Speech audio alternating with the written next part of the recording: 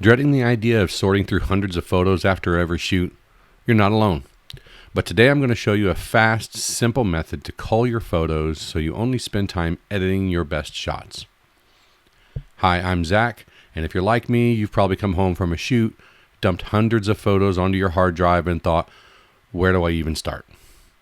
In this video, I'll show you how to quickly review and sort your photos using Lightroom flags, star ratings, and color labels so that you can reduce the clutter and stay focused on the keepers. So today we're starting with an import from shots I just shot around the house for the last few days using my Sony 200-600 lens. Taking pictures of birds when and where I could. I don't really expect any portfolio pieces out of this, but this is just for demonstration purposes only. So you'll see I have a SD card inserted, and Lightroom automatically recognizes that and it's wanting to import the photos, so I didn't even have to click the import button initially. It automatically brings up this screen, reads the photos, gives me a small thumbnail preview.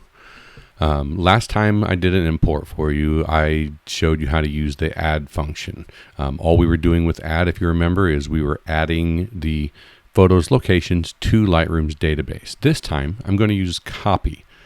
What copy is going to do is it's going to take all these photos and it's going to create a copy of them on my hard drive in the location I specify.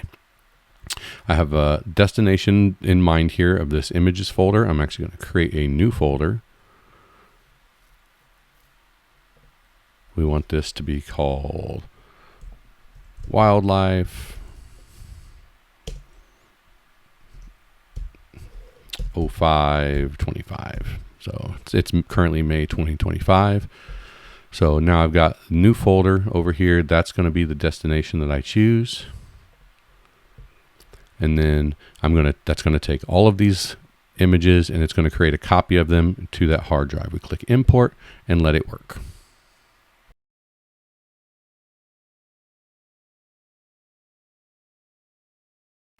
All right, picking up here, you can see Lightroom is working the copy process up here. You can also see an indicator down here on the Lightroom thumbnail or in the dock that it's showing its progress.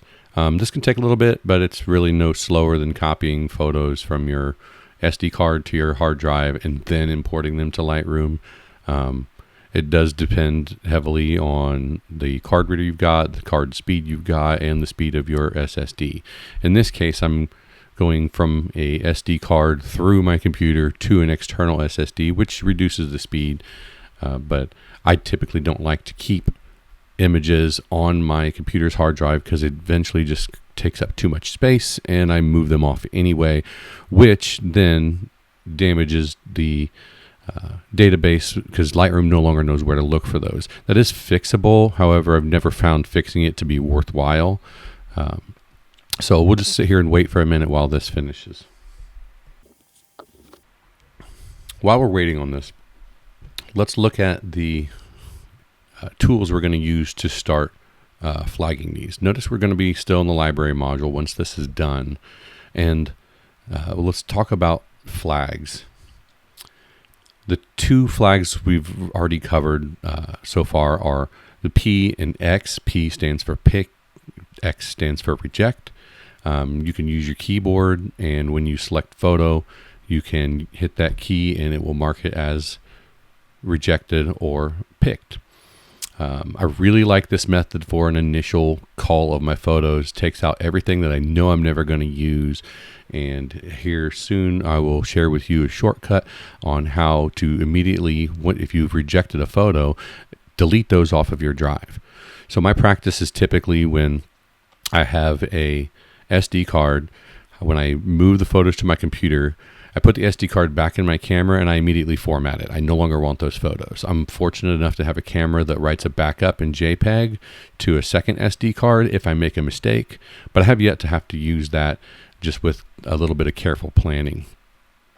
Once I have the photos on my hard drive though, they take up an extraordinary amount of space. I shoot with the Sony a7R III. The megapixels it's 42 megapixels, so each image comes out to around 42 megabytes, and those really add up. So deleting them off of my hard drive once I have imported them is extremely important to me because I don't like to buy new hard drives every couple weeks. To do that, we're going to do this initial cull, is the way I like to think of it. And we're just going to get rid of every photo that I'm not going to use. And this series of photos, there's probably not going to be any real portfolio quality pictures, because this is just me goofing off around the house. And we'll pick a few to at least demonstrate the process. As I can see, just a couple of photos here that do look kind of nice with decent bokeh in the background, etc. Okay, so Lightroom is finished importing all of these photos. Next, we start the culling process. First thing I'm actually going to do, though, is I'm going to bring back up Finder or Windows Explorer if you're on a Windows machine, and notice that when it's done importing, Lightroom automatically ejects my external drive. So the SD card's no longer there. It can be safely removed. This is, I believe, a setting you can change. However, I like it on. I don't have to go through the process of ejecting the drive. Okay, we're back, and I'm going to start the culling process here. So initially, I see not much to this image. There's probably going to be a nothing burger, and sure enough, I don't like that picture. Mark it as rejected. Go to the next one, a little out of focus. Same bird.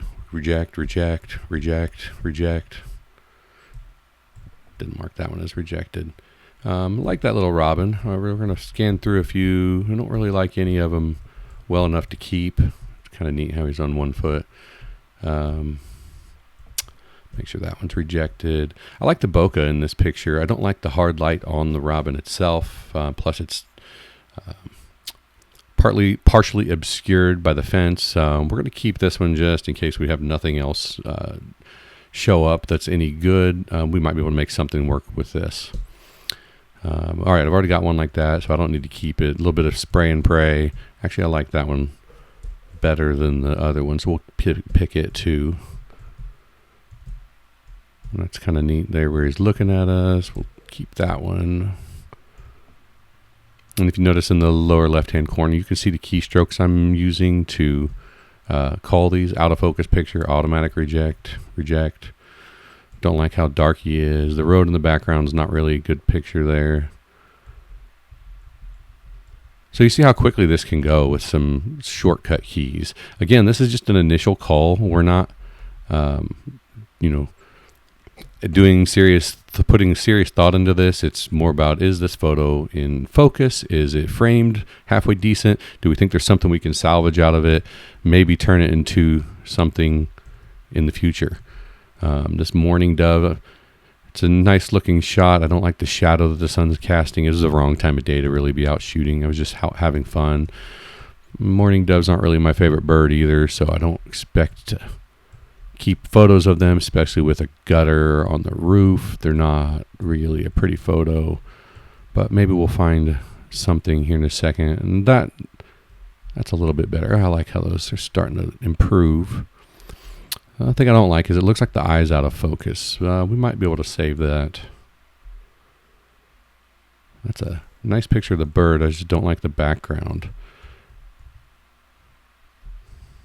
Out of focus. Yeah, these are all just random pictures. I was able to get a picture of this jet. Obviously not a good picture, just fun to see the range of that lens. Too dark. Obviously there's a lot of terrible photos here. I'm sure some of you can relate, especially if you're a wildlife photographer. And we'll get to the power of some of the tools in Lightroom here soon to demonstrate what we can do to improve some of these mediocre at best photos. Found a little wasp, but I don't think I ever got him in focus.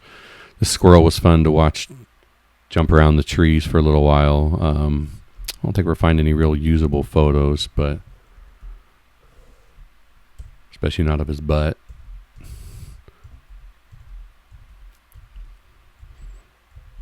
All right, I won't make you guys sit through this whole culling process. I just wanted to explain that. We'll get back to using different flags here in just a minute. Okay, so finished the initial cull, and now on to my favorite Lightroom feature, which is Command Backspace, or Command Delete, excuse me. It's a little bit different of a shortcut on Windows. I'm sure you can figure it out, but it gives me the option to do this. It says delete 227 rejected master photos from disk. So this is going to immediately remove them from my hard drive, freeing up space and allowing me to narrow the focus of my next round of culling. So you can just remove them from Lightroom if you want to preserve them. Depending on the photo shoot, deleting them from disk might make sense. For wildlife shoots like this, it just makes sense. Most of these are just terrible shots. They're never going to do anything. They're just going to take up space needlessly. So I'm going to hit delete from disk. It's going to remove those, and look down here in my film strip. I can also show you in the grid view. It only has the photos that I pressed P on for pick. Now all those other photos are out of the way, and what we're going to do next is we're going to take a more meaningful pass through these photos, and we're going to give them a rating in a different way. And instead of using pick or reject, we're going to use the star method. So this is a mediocre shot. I usually use the system of where 3 means I'm going to keep it, or I'm going to work on it a little bit more. All these are going to get a 3 initially in my head, but as I look through them, since I started with just a generic photo here as a 3, then I can judge the rest of them based on that. So these two are basically the same image. I'm not going to worry about keeping both of them, so I'm going to rate the second one a 2, and I'll show you why that's important here in just a minute. I like this photo just as well as the first one, so it's also a 3. This one, that bird's foot, I just noticed, looks unusual. I'm probably not going to keep it. It's going to just be a 2. My system is 3s are going to stick around. 2s probably not, and if I rank it a 1, it's not going to be used at all. It'll probably just get rejected or deleted at some point anyway. Decided I really don't like that one. It's going to be a 2. So we go through ranking each of these. 3 if you just don't know what to do with it. 2 if you really don't think you're going to end up doing something with it. And then 1 if you know you're not going to do anything with it. Later, I use the 4 and 5 star methods to further sort my photos. Once I have them ranked between 1 and 3 stars, then I'll use 4 and 5 as I'm working through the finishing process so that I can sort them better. A lot of times shoots are longer than this, and I won't end up with 20 photos here. I'll end up with 150 or so, and ranking the 4 and 5 stars later, because you can change these ranks at any time. Then I can sort, and we'll get to sorting later, but just know for now that option's there. So let's finish rating these, and we'll get to the next step. While we're here, we should talk about the compare view. There's different views you can use down here. If you notice where my mouse is, the compare view is one that's very valuable. I don't use it very much, but I do know some people who do, especially if you're doing something like portrait photography. You might be looking at 2 very similar images, and just hair being out of place in one photo could make the difference between which one you want to work on. So I'm not going to use this very much in my workflow. However, you should know it's there. Okay, so we talked about keywording in a previous video. That's the step I'm getting ready to take now, though. This doesn't have to be an arduous process. I'm going to basically first select all the birds in each of these photographs. I can't remember if that's a bird. Yeah, that's a bird. And we're going to add the keyword bird. I'm not 100% sure on the types of birds each of these are. I know what some of them are, and I'm not terribly worried about it at the moment because these are not going to be keepers. You don't have to worry about capitalization with your keywords. It will still find them whether you capitalize the letters or not. I am just picky about that. This is a mourning dove.